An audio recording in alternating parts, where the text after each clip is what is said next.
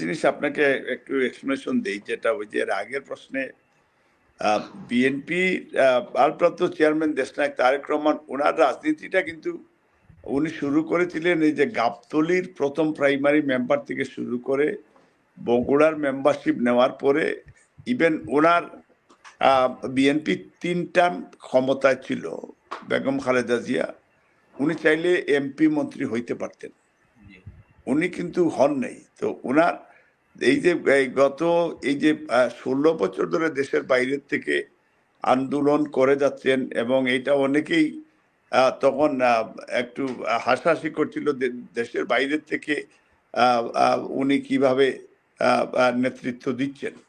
এবং সেই দিন আবার জামাতের আমির সেই একটা বক্তব্য বলেছেন যে তারেক রহমানকে উনি কৃতজ্ঞতা এবং ধন্যবাদ জানাইতে চান যে দেশের বাইরে থেকে এই মহাবিপ্লবে উনি সাকসেসফুল হয়েছেন।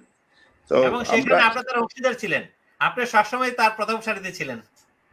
তো আমরা দেশের বাইরে সত্যিকার অর্থে আজকে পৃথিবীর ইতিহাসে বিশেষ করে আফটার লিবারেশনের সময় প্রবাসীদের একটা স্পেশাল ভূমিকা ছিল মুক্তিযুদ্ধে।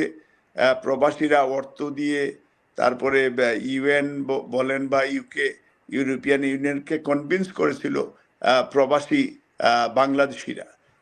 এইবারও আমরা ধরেন যে বিশেষ করে লন্ডনের মতো জায়গায় 30,000-এরও বেশি হাই পার্ক থেকে ট্রেন ডাউনিং স্ট্রিট এসে ঘেরাও করেছিল, এবং 11 দিন শেখ হাসিনাকেও অবরোধ করেছিল যে উনি কোথাও বাইরে দিতে পারেন নাই।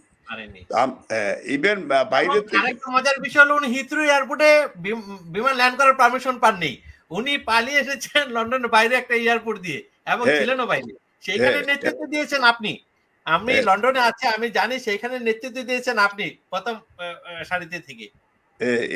এটা সত্য যে উনি ভিতর থেকে আসলেই পালিয়ে গিয়েছিলেন, এবং সেইখানে আরেকটা স্পারেতে যে অনেক ইয়ে করছে। এটা প্রবাসীদেরও কন্ট্রিবিউশন অনেক বেশি ছিল, কোনো অংশে কমও ছিল না এই আন্দোলনে।